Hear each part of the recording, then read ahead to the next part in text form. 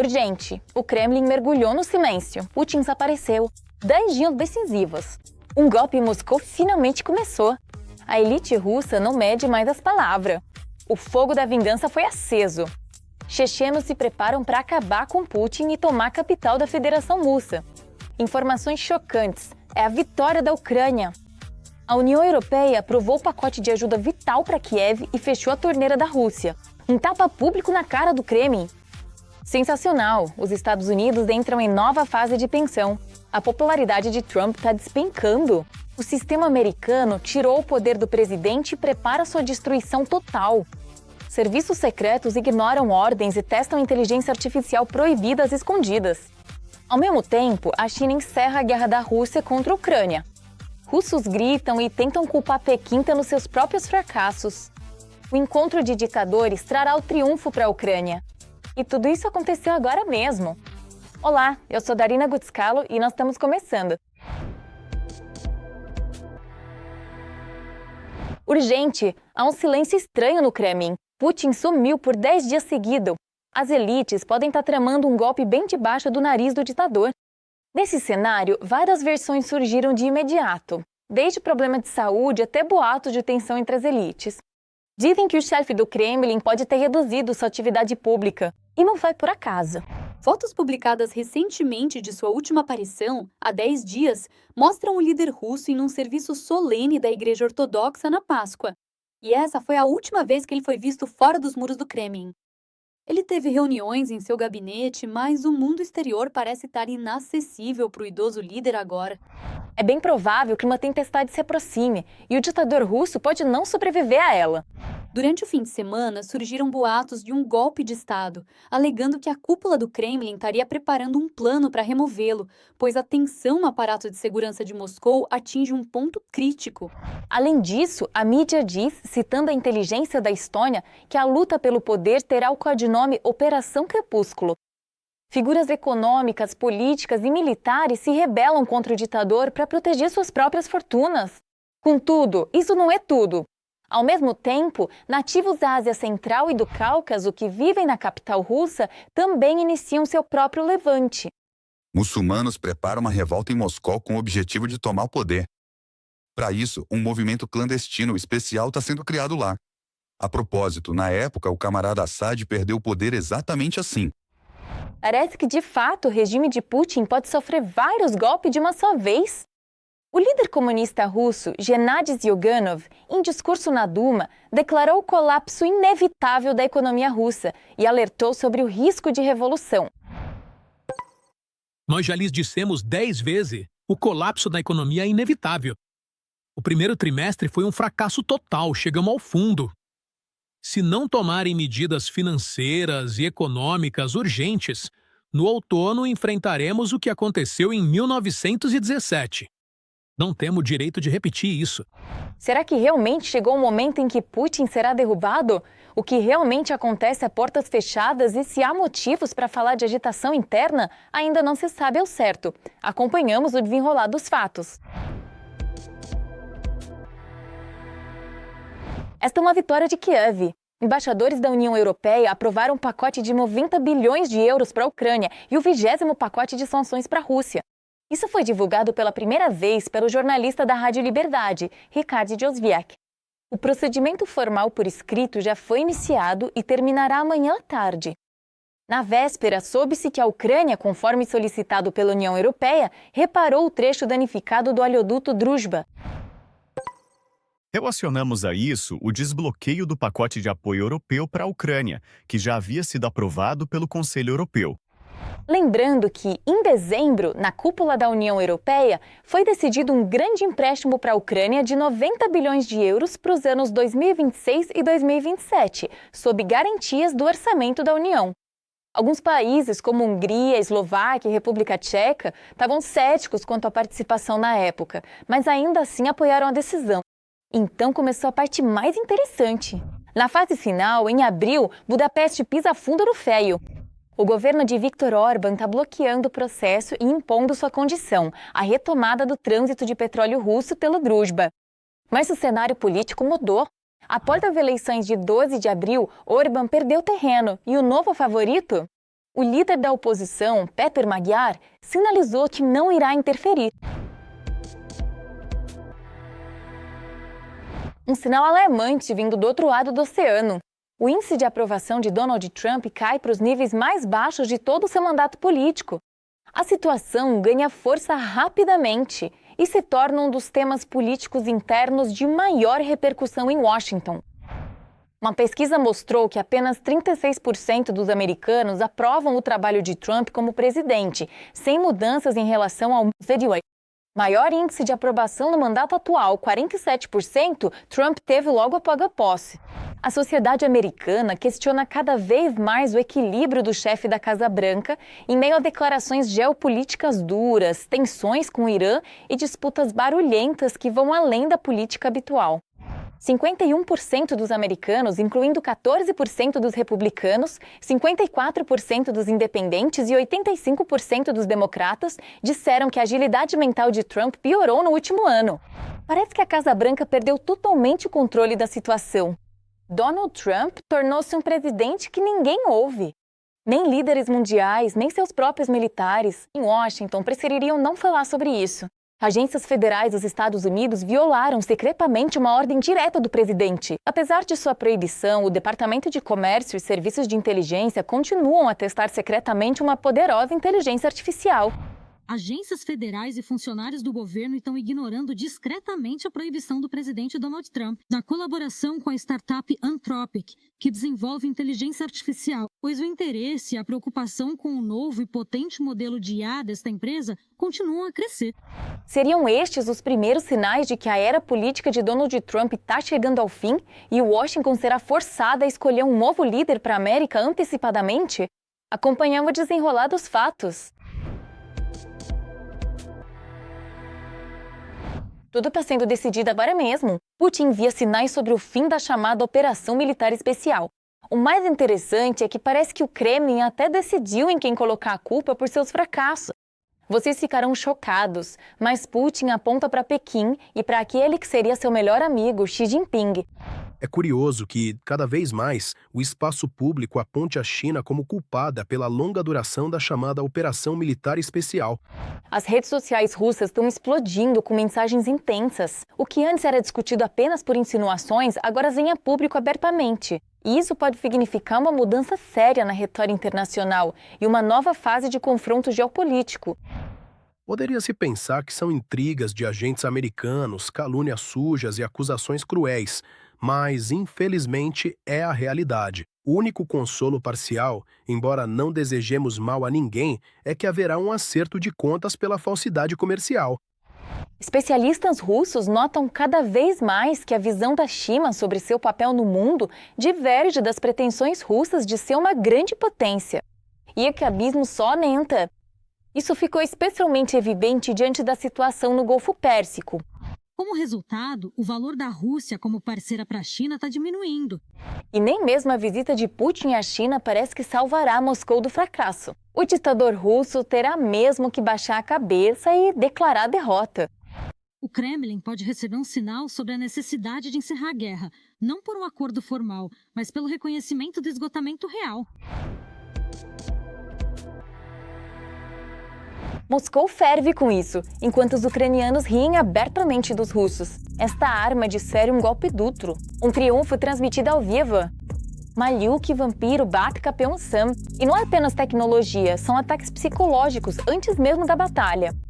A criatividade dos nossos funciona como uma mira, motiva os aliados e ao mesmo tempo tira o chão do inimigo. E enquanto os russos tentam decifrar o equipamento, a Ucrânia entra no jogo com força total. Não perca os primeiros detalhes.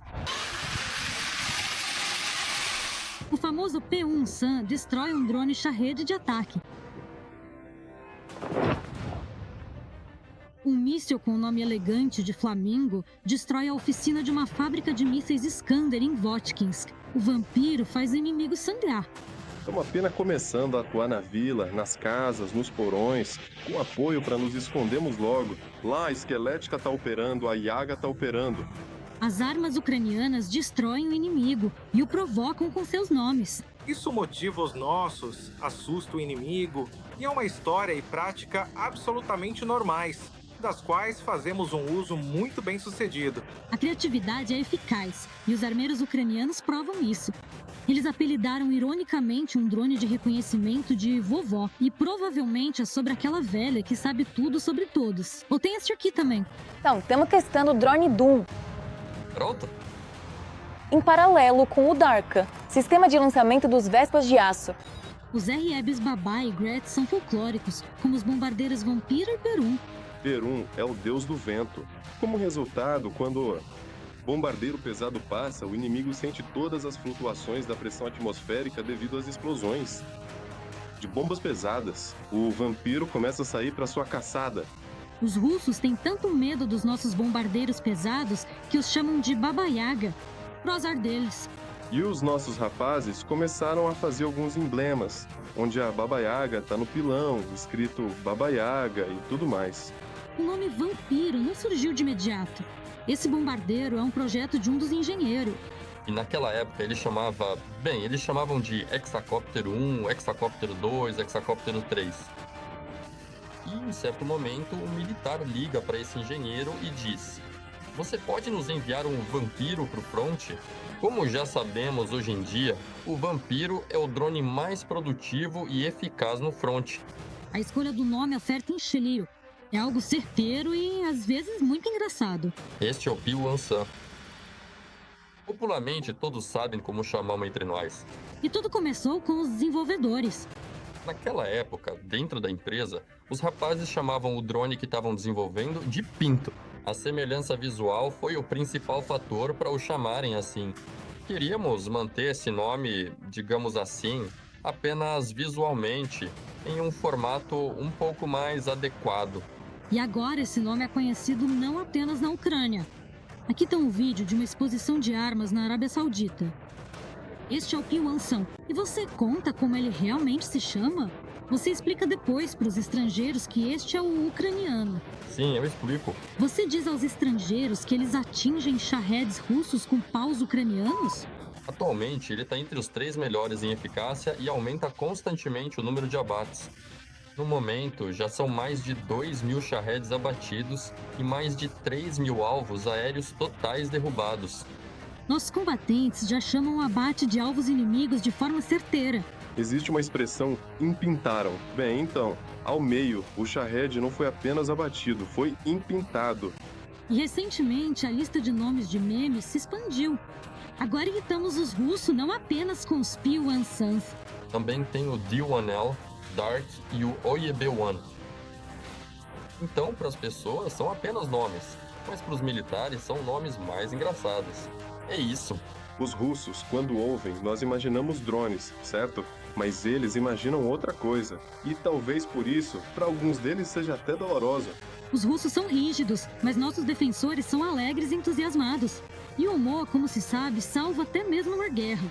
A guerra é sobre cargas excessivas, sobre sangue, dor, perdas, um desafio a cada segundo.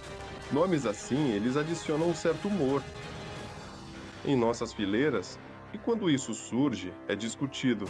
Muda um pouco, digamos assim, a percepção da dura realidade. Bem, e isso também tem um impacto sobre o inimigo. Se batemos no inimigo com um sorriso nesse contexto, isso também o desmoraliza. A nomeação de armas e de operações militares sempre foi um elemento da guerra de informação para elevar o moral do exército. Lembre-se dos alemães Tigre e Leopardo. Tudo isso vem de lá. Em meados do século passado, os ideólogos da propaganda, os ideólogos da guerra de informação, em princípio formaram tudo isso. É verdade que os russos não tiveram sorte nem com a precisão, nem com o senso de honor nos nomes. Daí os chatos, cedros, oreshniks e gerânios. Eu acho que é um desejo de esconder a verdadeira face, o rosto desta guerra. Por trás desses buratinos, oreshniks e tudo mais, para não deixar seu próprio povo entender a escala da catástrofe. Afinal, eles têm medo de chamar a própria guerra de guerra. Os ucranianos, por outro lado, continuam a provocar o inimigo. Nas redes sociais, sugerem que armas de longo alcance sejam chamadas de Putin. Então brincam que é improvável que a defesa aérea russa funcione sobre o Kremlin. Pois quem se arriscaria a derrubar o Putin? Yevgenia Tereschenko, Nós Ucrânia, Maratona Notícias Unidas. Esta é uma verdadeira sensação. Putin está em pânico por causa de Volodymyr Zelensky. Medvedev quase se engasgou de raiva ao vivo. Moscou está tão transtornada que prepara ataques contra a OTAN. A lista de alvos já foi anunciada. Tudo está sendo decidido agora. No entanto, em vez de medo, o Ocidente lê um sinal eloquente vindo direto dos gabinetes do Kremlin. A Rússia está finalmente sem recursos. A defesa aérea não funciona, os drones ucranianos superaram os russos e não resta mais espaço para manobras. Uma federação russa se expôs e vazou que a inteligência esperava há tanto tempo. Vamos ver.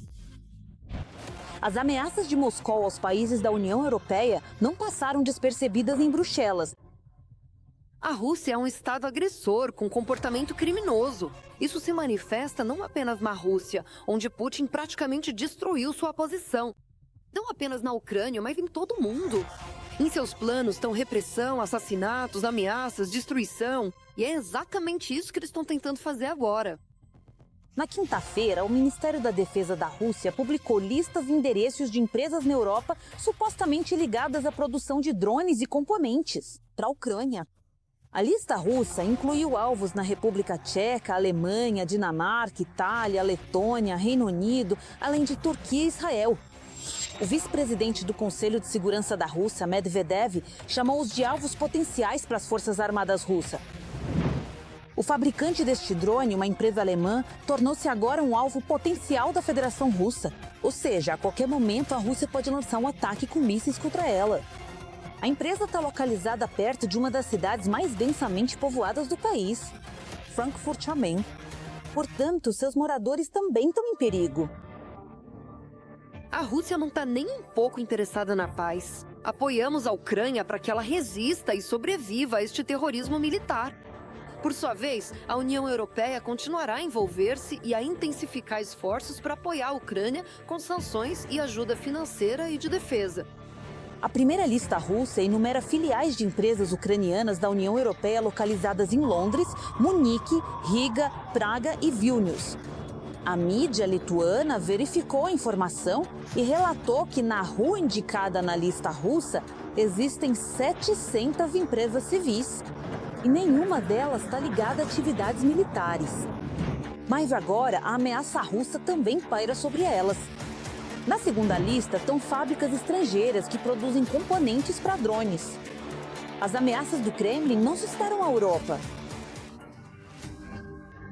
A Rússia quer intimidar todos os que prestam assistência à Ucrânia.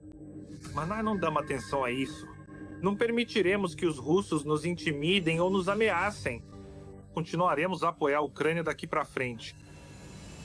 Após Medvedev, ameaças contra a União Europeia vieram do secretário do Conselho de Segurança, Sergei Shoigu, que acusou os países bálticos e a Finlândia de abrirem seus céus para drones ucranianos. E chamou-os de cúmplices da agressão contra a Rússia, sugerindo que a federação poderia usar o direito de autodefesa. A Suécia respondeu dizendo que isso é apenas um pretexto e que, na verdade, a Rússia quer capturar uma ilha báltica para testar a prontidão da OTAN e do corredor de Suwalki. Considero importante enfatizar que precisamos estar prontos e deter a Rússia de tais aventuras através da nossa presença em áreas estratégicas, no norte e, claro, no Mar Báltico. Mikael Biden, comandante-em-chefe das Forças Armadas da Suécia. O jornal Washington Post, citando um ex-funcionário do Pentágono, escreveu que o Kremlin considera seriamente a Europa como o principal teatro de operações militares. A OTAN acredita que os países do flanco leste da aliança estão sob ameaça de um confronto direto com as tropas russas. A União Europeia está se preparando na prática para um ataque russo. Por exemplo, a França planeja aumentar em 400 vezes o número de drones e mísseis em 4 anos. E a União Europeia lança um programa de desenvolvimento da indústria de defesa de 1,5 bilhão de euros. E continuará a produção conjunta de drones com a Ucrânia em suas fábricas. Especialmente agora que a Duma aprova leis que permitem o uso do exército russo fora do país. De Bruxelas, Ana Cristina, Nós Somos a Ucrânia, Maratona. Notícias Unidas. Urgente! A paz para os russos é apenas um sonho. As forças armadas da Ucrânia acharam um calcanhar de Aquiles da Rússia e os ataques estão indo direto para lá. Fábricas queimam, a logística quebra e a estabilidade do mercado de combustível cai.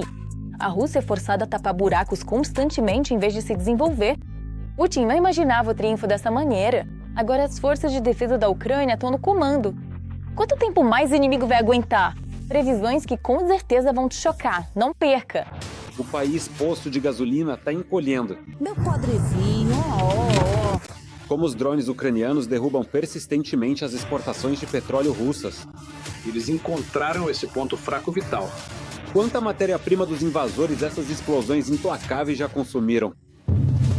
Isso foi bombardeado. Sim, coitadas. O que realmente está por trás da trégua de Páscoa? Se não batemos na cara deles, eles vão bater na nossa. Fato da semana sobre a nova estratégia da Ucrânia e a imposição do silêncio. O Slavianin, vivo e ainda sem danos. Estas imagens são uma das poucas onde se pode ver essa balsa em ação. Um projeto soviético típico de 40 anos atrás. Pareceria que não há nada de extraordinário aqui, mas olhem para isto. Imagens que circularam pela internet essa semana. O mesmo Slavianin já na mira de um drone de ataque ucraniano. Na noite de 6 de abril, forças especiais do GUR ucraniano o desativaram. Os russos têm apenas 3 desses na travessia de Kerch. Tchô! Foi assim que, em 2024, um deles, o Conrad Trader, afundou sem glória. Depois dele, nossos defensores abriram caça aos outros 2. Em março deste ano, drones ucranianos alcançaram outro, o Avangard. O Slavianin também foi atingido na época, mas não ficou em serviço por muito tempo. Todos os 3 faziam a rota entre o porto de Kavkaz e Kerch. Por que eram tão importantes? Vejamos o exemplo do que foi atingido recentemente. O Slavianin tem mais de 150 metros de comprimento. Esta balsa podia transportar até 4.000 toneladas de carga. A Crimeia levava principalmente combustível para o exército invasor, e os volumes são consideráveis. O Slavianin podia levar cerca de 50 tanques em apenas uma viagem. Ou seja, transportar 3,5 milhões de litros de diesel ou 4 de gasolina. Portanto, com a sua perda, os russos enfrentaram problemas enormes. Como os outros 2 foram atingidos e danificados, eles não estão funcionais, digamos assim. Então, o ataque a este indica que a travessia de balsa não existe mais. Será que eles conseguem arranjar outra balsa? Eu acho que eles vão, ter que lidar com essa questão. Porque com as limitações da ponte de Kerch, na Crimeia, o suprimento de combustível e outras coisas para lá fica meio que no ar. Claro, os russos têm. Por enquanto, tem a ponte de Kerch. Mas passar trens pesados pelos trilhos enfraquecidos pelos nossos ataques, os ocupantes não arriscam. E mesmo que se atrevam, onde vão descarregar o combustível?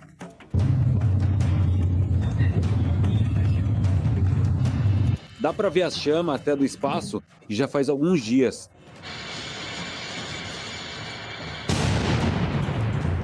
Ataques explosivos voltaram ao depósito de petróleo de Feodócia. Esse terminal fornecia combustível e lubrificantes para os invasores. Por que tá tão brilhante? Brilha e apaga? Não consegue passar? E era o maior da Crimeia. Com a perda desse depósito, a única opção dos russos é estocar combustível em caminhões ou vagões-tanque. Mas não compensa estocar assim, porque os tanques precisam estar sempre circulando nos trilhos. E não é nada barato, manter derivados de petróleo em vagões, porque a Rússia já tem poucos deles.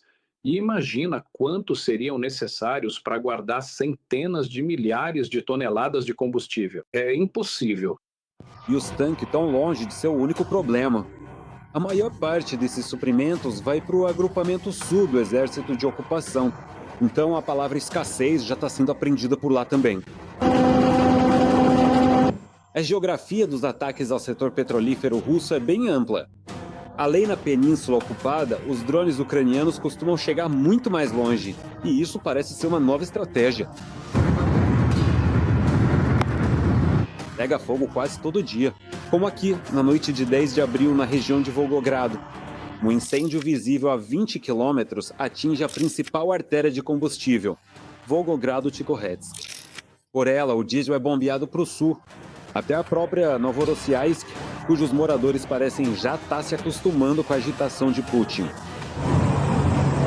Cidade dos contos de fadas, cidade dos sonhos. Uma verdadeira guerra nas estrelas. As forças de defesa da Ucrânia atingem novamente Cheskariz, o principal centro de exportação russo no Mar Negro. Capacidade de até 700 mil barris de petróleo bruto por dia. Em seguida, o poço de Krymsk, no território de Krasnodar, entra na onda de incêndios. Um nó importante da infraestrutura de oleodutos. A estação de bombeamento local também servia para levar petróleo a Novorossiysk. Ou seja, esse ramo está sendo cortado dos dois lados, onde bombeiam e onde carregam. A lógica por trás disso é sólida, para que o Kremlin não comemore muito a rápida alta dos preços mundiais do petróleo. Para reduzir tanto quanto for possível a obtenção de receitas adicionais, sim, é preciso atingir mais esta infraestrutura de transporte de petróleo. Interromper o cronograma de embarque dos navios-tanque, forçar o inimigo a manobrar diferentes volumes e múltiplas direções, de forma estratégica.